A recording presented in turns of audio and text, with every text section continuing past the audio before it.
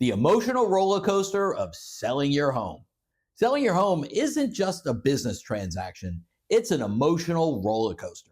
In fact, research ranks selling a home as the second most stressful thing in your life, only behind breakups. No wonder you might feel a lump in your throat while packing boxes. Picture this.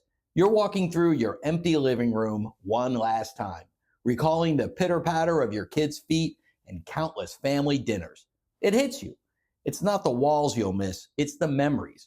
As one homeowner perfectly said, it's not hard to say goodbye to a house. It's hard to say goodbye to special memories and to the end of an era. These strong emotions can take sellers by surprise. Anxiety, nostalgia, even grief, it's all normal.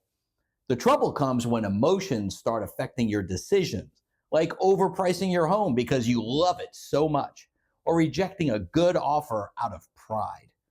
The good news is you can ride this emotional wave without crashing your sale. Let's talk about just how to do that. Embrace, then detach. First, acknowledge your feelings. It's okay to be sad or sentimental. It means you cared about your time in this home. Give yourself a moment to walk room to room, soak in those memories, and say goodbye in your own way. Some sellers write a letter to the future owner or take family photos in the empty house for closure. Once you've honored your past, it's time to focus on your future. Remind yourself why you're selling. Whether it's a new job, upsizing for a growing family, or an exciting new city. Shifting attention to the life ahead helps you soften the heartache of leaving. Next, start seeing your home as a house, not your baby. This mental shift is crucial. Begin by depersonalizing the space. Remove personal photos, quirky collectibles, and that fridge full of magnets. This not only helps buyers imagine themselves in the home, but it also helps you emotionally let go. You're essentially staging a product for sale. Think of yourself as a homeowner one step removed, more like a store owner preparing merchandise. This little trick can make it easier when buyers critique the color of your walls or offer below your asking price because they're not insulting your memories, they're just evaluating a product. Here's some common emotional pitfalls and how to avoid them. Getting offended by buyer feedback or low offers. It's natural to bristle when someone points out flaws in a place you love. But remember, to the buyer, this is a financial decision, not a personal one. Here's a tip. If a lowball offer comes in, take a deep breath and respond with a counter instead of rage. It's all part of the dance. Don't let pride make you say no too fast. Today's insulting offer could be tomorrow's serious buyer after a little negotiation. Keep the end goal in mind, your house sold at a fair price. Second guessing your decision. It's common to have late night doubts like, why are we selling again?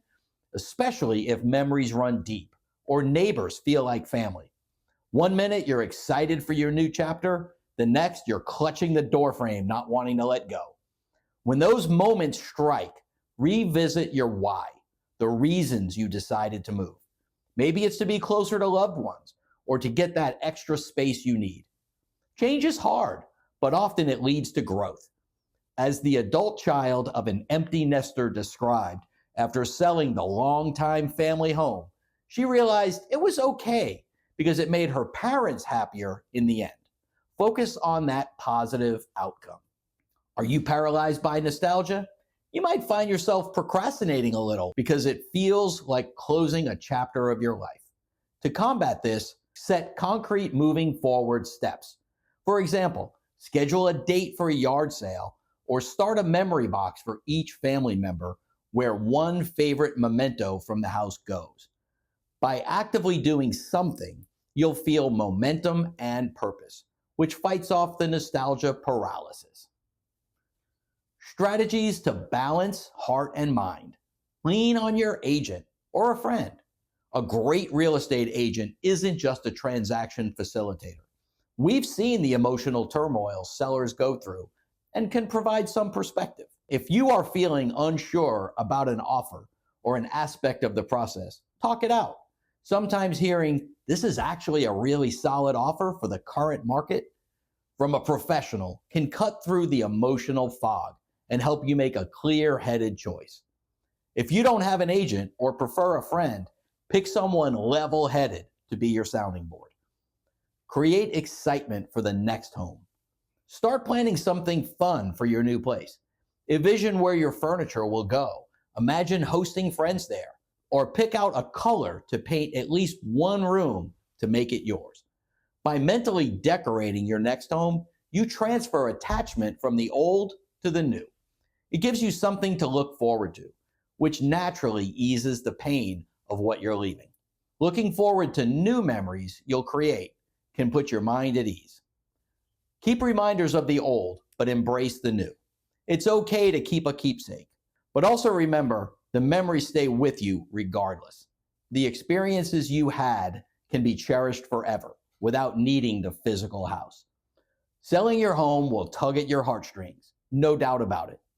But by acknowledging the emotions, then gently shifting into business mode when needed, you can have a successful sale without feeling overwhelmed.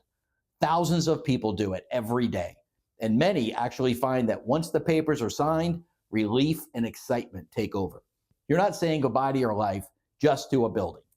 Your life and all those memories move with you. Embrace the roller coaster, but keep your eyes on the wonderful new horizon ahead. Before long, you'll be making new memories in a new home. And yes, one day you might even feel nostalgic about that place too. And that's okay. It means you're living life to the fullest, chapters and all.